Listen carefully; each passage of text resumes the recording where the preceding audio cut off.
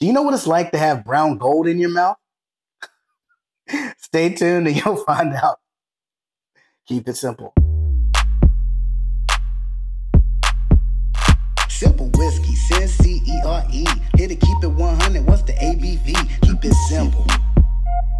Simple whiskey. Be sweeter.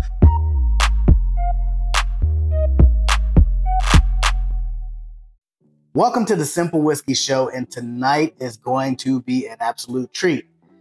Eagle Rare, Buffalo Trace, and Blanton's all in one blind tasting to see which one comes out on top. I cannot wait.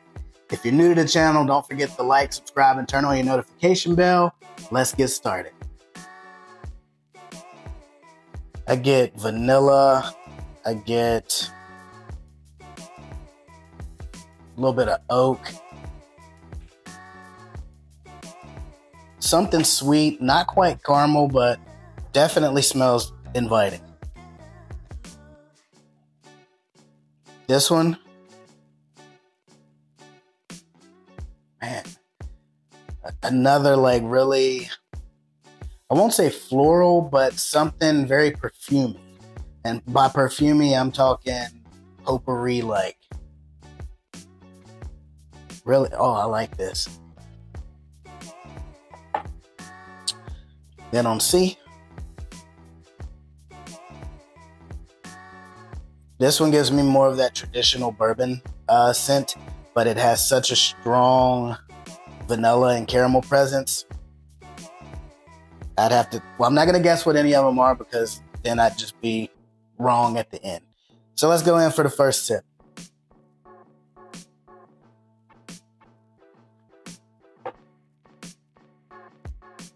Okay, so I know on the nose I said this one was a little more muted, but on the taste, this is very complex. I really, really like this taste. I think that sweet that I couldn't pin my finger on earlier may have been toffee. I get like a toffee taste on this one. Complex, full of flavor, doesn't pack too crazy of a punch, but it gets the job done in terms of proof as well. Let's give it a sip.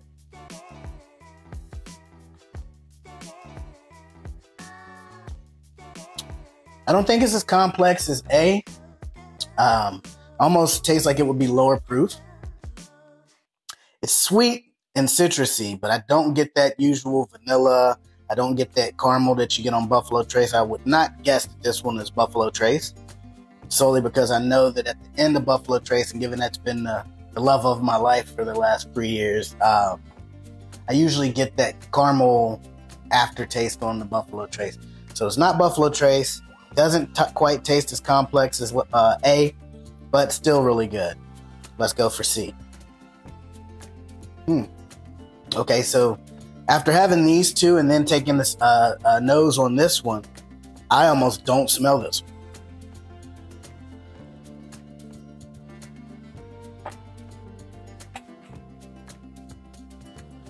Man, whatever these two have done to this one now tastes almost like water. This one's going to be the first one I eliminate. All right, so we're down to the last two. Go back through, get a good nose on them, get another sip, and then I'm going to pick the clear winner.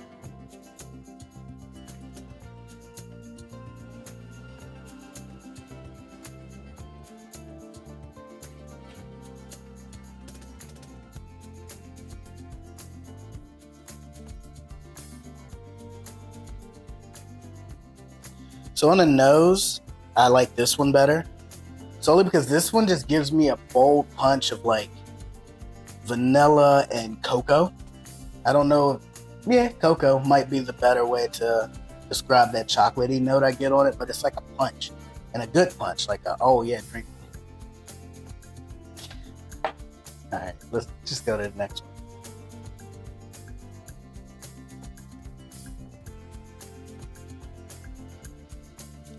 Almost get like a honey, something sweeter this go around. I know I've been getting citrus, then vanilla, then floral, but as this thing opens up, I'm getting like a honey. All right, let's go for the final taste.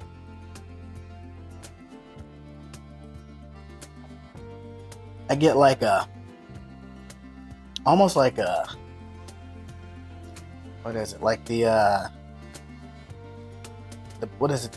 The Boston baked beans, or not Boston baked beans. What is the candy? The little red with the peanut. It's almost like a candied almond or something that I get on this one. I mean, this is so complex, such flavor on this one.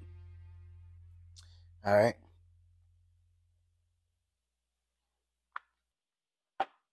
Almost like a sweet corn, nutmeg.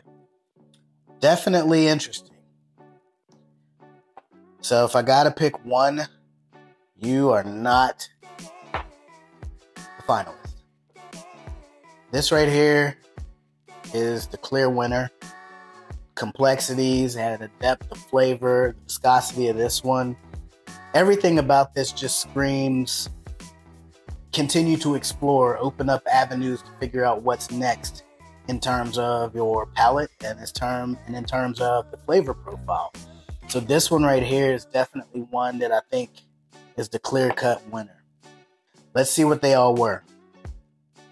Last place, unfortunately. Coming in at a very close second,